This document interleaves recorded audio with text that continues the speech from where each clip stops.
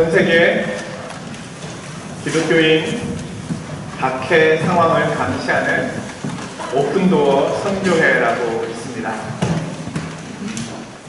그 선교회가 밝힌 내용에 따르면 오늘날에도 기독교 신앙을 가지고 있다는 이유 하나 때문에 살해를 당하고 있는 기독교인의 수가 하루에 500명, 3분의 1명꼴로 순교를 당하고 있다고 합니다. 리차드 럼브란트라고 하는 목사님이 계십니다. 이분은 루마니아에서 목회를 하셨던 분이신데요. 1948년 루마니아 비밀 경찰에 의하여 붙잡혀 투옥이 되어 14년간의 감옥 생활을 하게 됩니다. 공산당국은 그의 신앙을 버리게 하려고 온갖 고문과 핍박을 하였습니다. 그의 척추뼈를 부러뜨리고 몸에 있는 뼈들을 부러뜨렸습니다. 12군데나 칼자국을 내었고요. 18군데 불로 지졌습니다.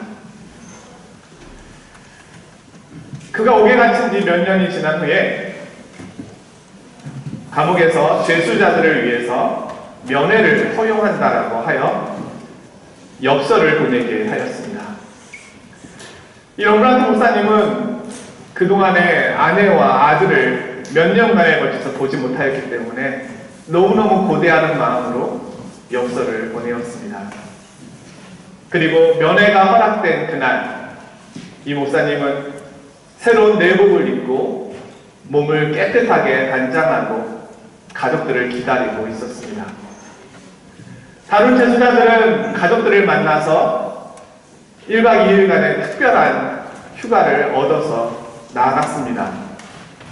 그런데 감옥에 계속해서 혼자 남아있는 사람은 이 목사님 뿐이었습니다. 아무리 기다려도 가족이 오지 않습니다. 엽서가 도착하지 않은 것일까? 읽지 못한 것일까? 수많은 고민과 슬픔에 빠져 있었습니다. 그때 감옥에서 한 방송 소리가 들려왔습니다. 아무도 너를 사랑하지 않는다. 이제는 아무도 너를 사랑하지 않는다. 럼브란트 목사님은 참으려고 하였지만 하염없이 눈물이 흘러내렸습니다. 그리고 흐느껴 울었습니다. 오늘만을 기다렸는데, 아침부터 어린아이처럼 들떠 있었는데, 아니 몇 개월간을 그렇게 했는데 아무도 오지 않았습니다. 처음에는 그 말을 부인하고 싶었습니다. 아무도 너를 사랑하지 않는다. 아닐 거야, 아닐 거야. 그런데 점점 그 이야기가 믿어지기 시작했습니다. 다음 날 휴가를 나갔던 출소자들이 돌아왔습니다. 동료들은 여전히 혼자 있는 럼브란트 목사를 보고 비웃었습니다. 그때 방송이 또 흘러나왔습니다. 하나님은 죽었다. 하나님은 안 계신다.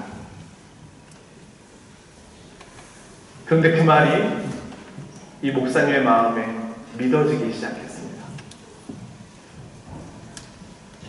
하나님이 계시다면 어떻게 이렇게 하실 수 있을까? 내가 믿음을 어떻게 지켜왔는데 하나님이 계시다면 왜 이렇게 하실까? 그런데 그 순간 성경에 나오는 배교의 때에 대한 이야기가 생각이 났습니다.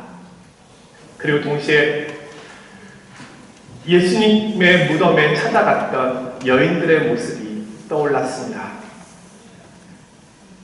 그 여인들도 나처럼 절망스러웠겠지. 그러나 그녀들은 울면서도 예수님의 무덤 곁을 떠나지 않았다.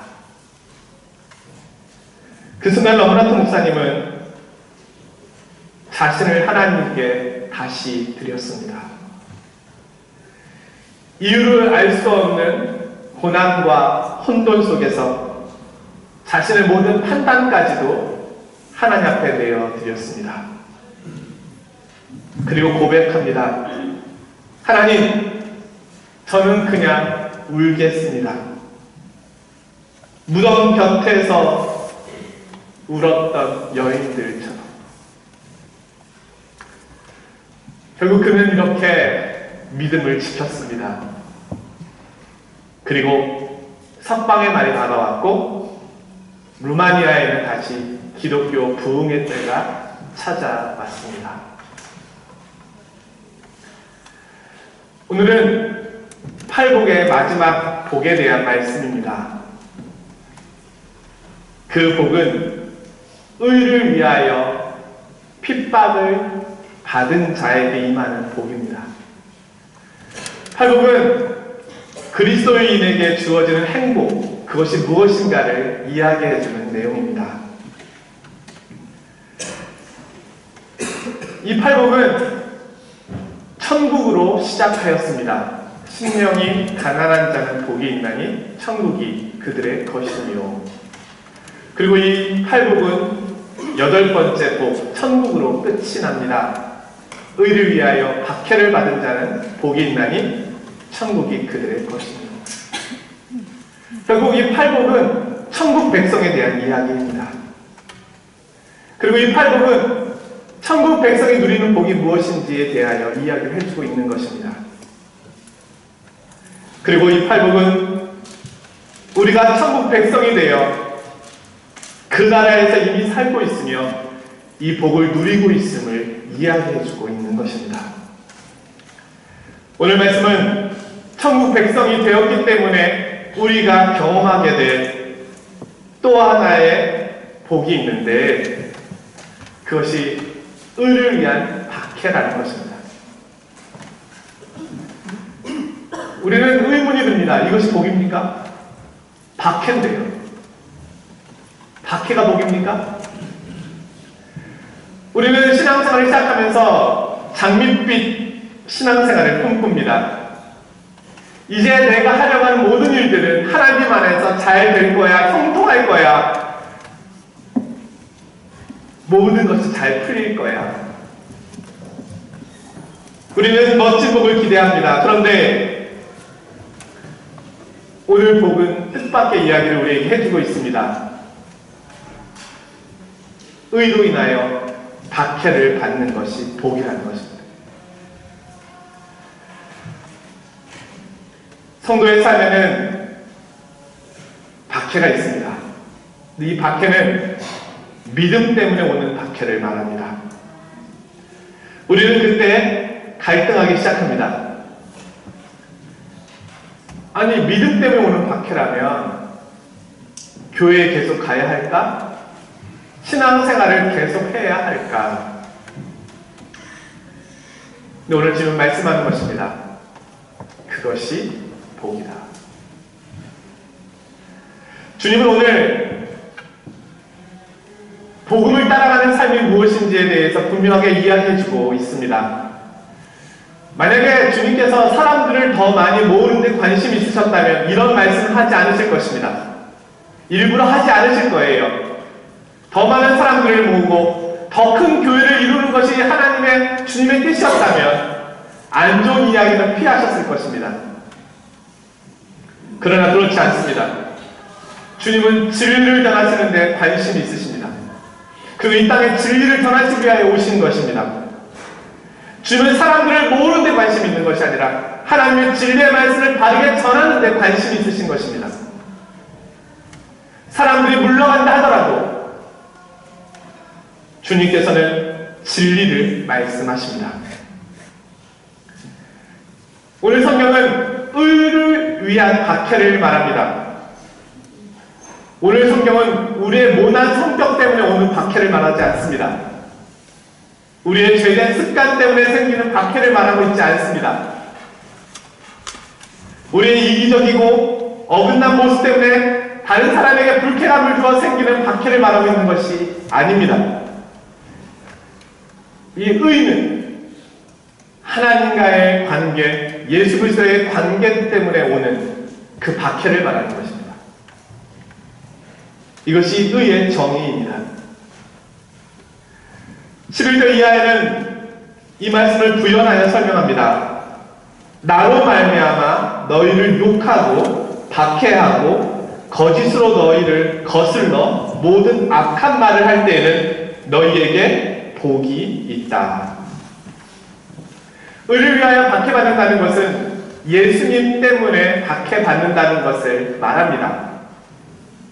부족한 내 모습 때문이 아니고요. 예수님 때문에.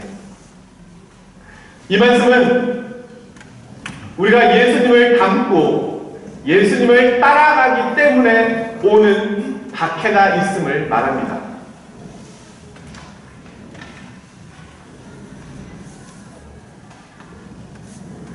핍박이라고 하는 말은 앞에서 말씀드린 럼브란트 목사님처럼 감옥에 끌려가서 고생을 해야 하는 것만을 의미하지는 않습니다. 오늘 말씀처럼 예수님 때문에 욕을 먹고 예수님 때문에 모욕을 당하고 예수님 때문에 조롱과 멸시를 받는 것을 포함하는 이야기입니다. 우리는 기독교인이 이 세상을 살아갈 때는 어디서나 어느 모임에서나 사랑과 인정과 존경을 받아야 한다고 생각합니다. 물론 그리스도인은 당연히 그렇게 해야 합니다. 빛과 소금이 되어야 합니다. 그러나 주님께서 모든 사람들에게 다 환영을 받으셨던 것은 아니었음을 우리는 기억해야 합니다. 주님은 거짓 종교인들에게는 미움을 받으셨습니다. 거짓 선지자들은 주님을 공격하였습니다. 여러분, 정말로 신앙생활 하면서 무서운 것 중에 하나는 내가 모든 사람과 화평하고 있다는 사실입니다. 그것은 무서운 일입니다. 주님은 바리새인과 사두개인과 율법사들과 화평하실 수가 없었습니다. 거짓과는 화평할 수가 없습니다. 한 목사님의 이런 말씀이 있습니다. 여러분이 그리스도를 모방하려고 한다면 여러분은 세상으로부터 칭찬받을 것입니다. 그러나 여러분이 그리스도를 닮아서 그리스도의 말씀을 따라 살려고 한다면 여러분들은 세상으로부터 핍박을 받을 것입니다. 이런 표현도 있습니다.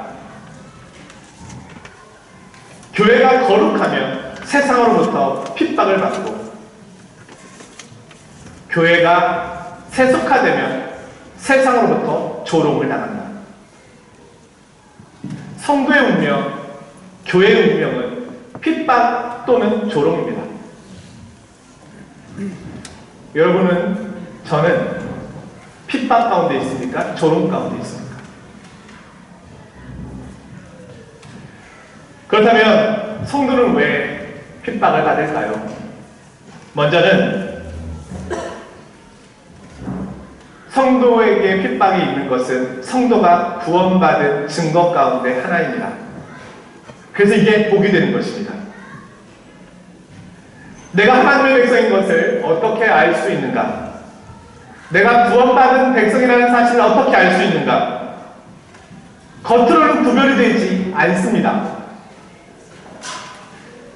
그런데 박해가 있을 때 그 모습이 드러납니다. 내가 그리스도인이라고 하는 사실은 어둠이 나를 대적하고 있다는 것이 드러날 때 나의 모습이 드러나는 것입니다. 유럽의 축구는 굉장히 유명합니다. 유로파 리그. 한국에서도 밤을 설치면서 많은 사람들이 축구를 봅니다.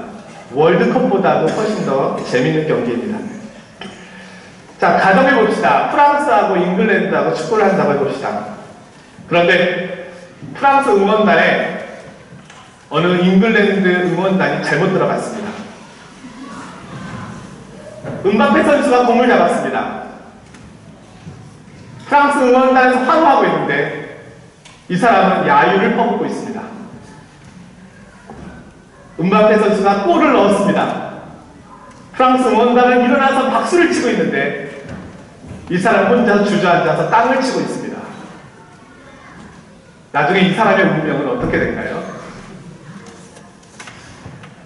살아서 나오면 다행입니다. 마찬가지로 그리스도인은 그리스도인이기 때문에 세상으로부터 환영받지 못합니다. 가치관이 충돌합니다. 그리스도인은 세상의 욕심을 따라 살 수가 없습니다. 이 세상은 마귀가 주관자로 있습니다. 그런데 우리는요, 주님을 따라갑니다. 세상을 거슬러 갑니다. 그러면 어떻게 될까요? 세상은 주님을 대했던 동일한 방식으로 우리를 대하는 것입니다. 우리가 하나님 편에 서 있으면 우리는 세상으로부터 박해를 받습니다. 우리가 세상 편에 서 있으면 우리는 박해를 피할 수 있습니다. 바울은 디모데에게 보내는 편지에서 이렇게 말합니다. 무릇 그리스도 예수 안에서 경건하게 살고자 하는 자는 박해를 받으리라. 우리가 그리스도에게 속한 그 순간부터 우리에게는 박해가 있습니다. 영적 싸움이 있습니다. 사단의 표적이 됩니다. 하나님과의 다른 관계 때문에 나에게 박해가 온다면 그것은 내가 그리스도인이라고 하는 중요한 증거가 됩니다. 그 자체가 내가 천국을 소유한 사람임을 말해주는 것입니다. 요한복음 15장에 이렇게 말씀합니다. 세상이 너희를 미워하면 너희보다 먼저 나를 미워한 줄을 알라. 너희가 세상에 속하였으면 세상이 자기의 것을 사랑할 것이나 너희는 세상에 속한 자가 아니오 도리어 내가 너희를 세상에서 택하였기 때문에 세상이 너희를 미워하리라. 내가 너희에게 종이 주인보다 더 크지 못하다 한 말을 기억하라. 사람들이 나를 박해하였은즉 너희도 박해할 것이요 내 말을 지켰은즉 너희 말도 지킬 것이라. 두 번째로 성도에게 찾아온 박해는 일종의 시험이기도 합니다. 학생들은 시험을 통해서 자신의 수준을 평가받습니다. 저희 집의 아이들이 학교에 다니면서 시험이 자주 있다고 말합니다. 그럼 자주 있는 시험을 볼 때마다 저는 자주 묻습니다. 오늘 시험은 어떠했니? 들려오는 대답은 늘 동일합니다. 아빠, 불어가 얼마나 어려운 줄 알아? 전 더 이상 묻지 않습니다. 무슨 말입니까? 시험 잘 봤다는 얘기일까요? 못 봤다는 얘기잖아요. 시험을 원하는 사람은 없습니다. 그러나 시험이 필요하다는 것은 다들 공감할 것입니다. 왜냐하면 시험은 나의 수준과 나의 위치를 보여주기 때문입니다. 일정한 점수를 넘지 못하면 우리는 진학을 할 수도 없고 졸업도 할 수가 없습니다. 시험에는 쉬운 문제가 있습니다. 그것은 모두 다 풀 수 있습니다. 그러나 어려운 시험 문제도 있습니다. 그 어려운 시험 문제가 나의 수준을 평가합니다. 그 어려운 시험 문제를 푸는 것이 바로 실력이 됩니다. 그리스도인에게는 시험이 있습니다. 그것이 박해라는 모습으로 찾아올 때가 있습니다. 그러면 그 박해는 나의 믿음의 수준을 평가하는 시험이 됩니다.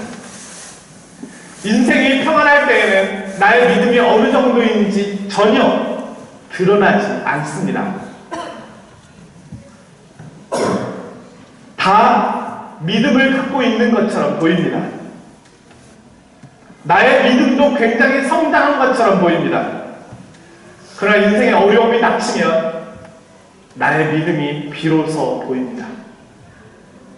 내 믿음이 이 정도밖에 되지 않았구나. 그것이 드러납니다. 그것이 바로 우리에게 박해가 주어지는 이유 중에 하나입니다. 나에게 박해라고 하는 시험지가 주어졌다면 그것은 하나님의 백성으로 지금 내가 배우고 있고 자라가고 있다는 증거가 되는 것입니다. 마지막으로 박해는 거룩한 삶을 살기 때문에 찾아옵니다. 바리새인과 사두개인들은 왜 그렇게 주님을 미워했을까요? 주님만큼 선하신 분이 어디 있습니까? 주님은 빛 그 자체이셨습니다. 그분은 악을 행하신 적이 없습니다. 마음으로조차도, 입술로조차도, 행동으로조차도 그는 흠이 없는 분이었습니다. 근데 사람들은 왜 그분을 그렇게 미워했을까요?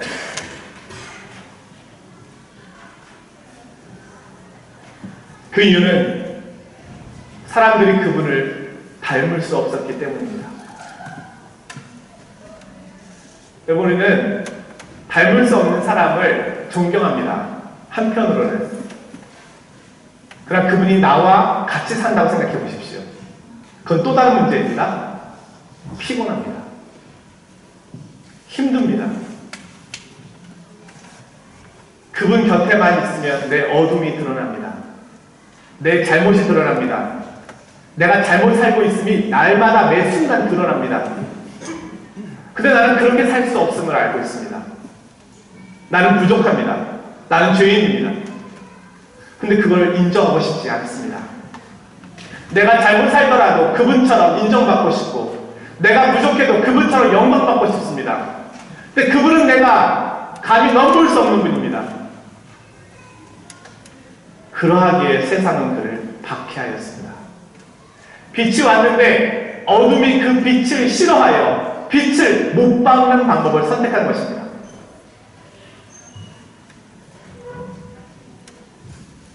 주님의 거룩하심은 그들에게는 정죄가 되었습니다. 자신들이 자랑했던 의는 누더기와 같음을 보게 되었습니다. 그들의 자랑은 아무 의미가 없는 것이 되었습니다. 그들이 지금까지 붙잡고 있고 의지하고 있었던 모든 것은 아무것도 아닌 형편없는 것임이 드러났습니다. 그들은 스스로 비참해졌습니다. 주님의 행동은 그들을 충분히 정죄하였습니다. 그러자 그들은 주님을 박해한 것입니다. 그리스도인도 이런 이유 때문에 박해를 당한다는 것입니다. 오늘은 종려주일입니다. 주님께서 예루살렘에 입성하실 때 그들은 종려나무 가지를 들고 왕으로 오시는 그분을 환영하였습니다. 호산나, 우리를 구원하소서 그들은 외쳤습니다. 그들은 이제 새로운 세상이 올 것이라 생각했습니다. 저분이 왕이 되시면 세상은 달라질 것이라 생각했습니다. 그런데 주님은 그들이 원하시는 왕이 되기 위하여 오신 것이 아니었습니다.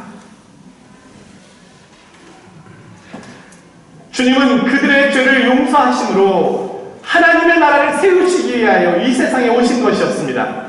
그런데 그들은 하나님의 나라가 아닌 자신들의 나라를 세우기만을 원하였습니다. 그들의 생각과 주님의 생각은 전혀 달랐습니다. 사람들은 주님께서 자신들이 원하는 방식으로 나라를 세워가지 않는다는 것을 알게 되었습니다. 주님이 세우실 그 나라에 대하여 그들은 관심조차 없었습니다. 그래서 주님이 자신의 뜻대로 움직여지지 않자 주님을 죽이기로 결심합니다. 그를 십자가에 못 박습니다.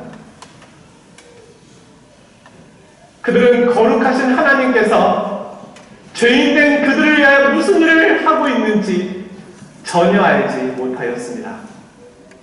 그들은 그만큼 어둠 가운데 있었기 때문입니다.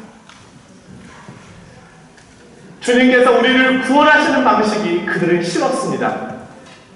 우리가 원하고 요구하는 방식대로 우리를 구원해 주기를 사람들은 원하였습니다. 근데 주님은 그것이 구원이 아님을 알고 계셨습니다. 사랑하는 성도 여러분, 여러분은 주님께서 여러분을 어떻게 구원하기를 원하고 계십니까? 그것이 중요한 것이 아닙니다. 우리는 나의 모습을 모릅니다. 주님이 구원하시는 방식이 옳은 것입니다. 그것만이 나를 구원하실 수 있는 유일한 길입니다.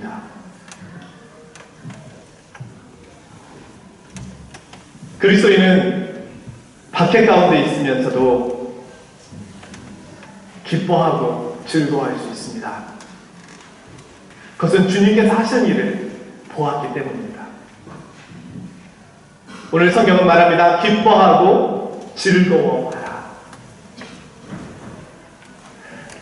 그리스도인은 이 세상 너머의 세상을 보며 가고 있습니다. 스데반 집사님은 큰 돌이 날아오는 가운데 순교의 현장에 있었습니다. 그러나 그곳에서 하나님의 보좌를 보았습니다. 자신을 향해 서 계시는 주님을 보았습니다.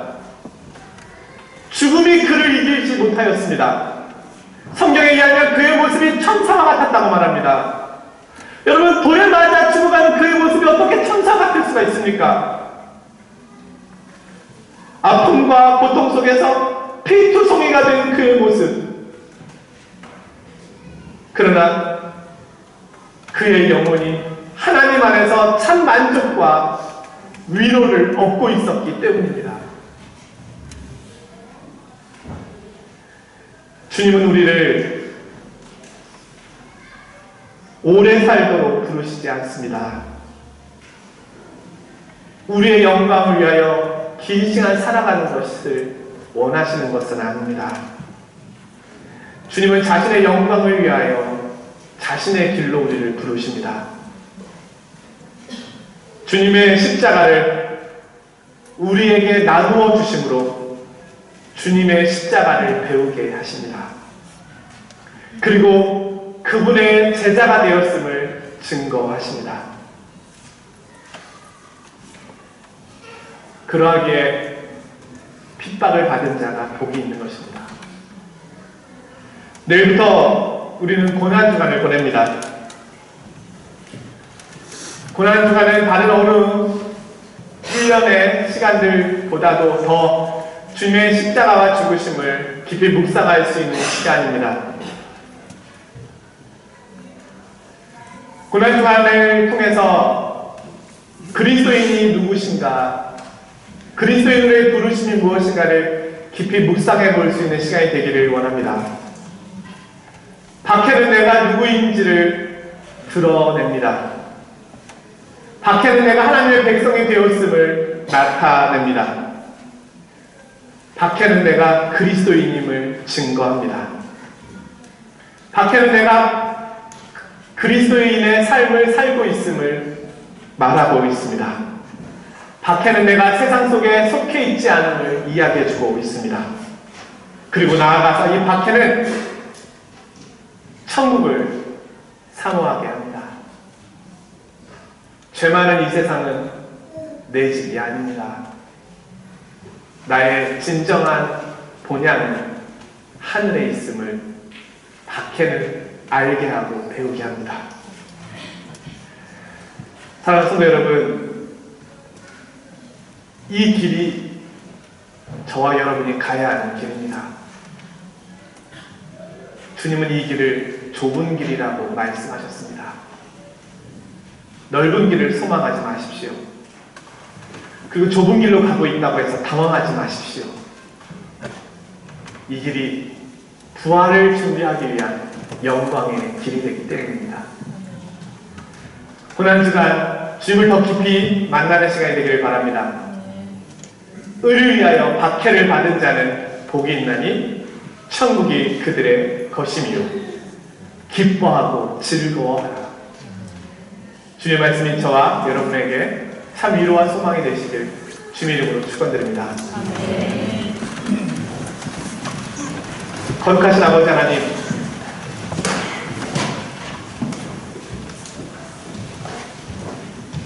즐거울 때는 주님을 찬양할 수 있습니다. 그리고 괴로울 때는 기도할 수 있습니다. 성도의 삶은 찬양과 기도로 나누어집니다.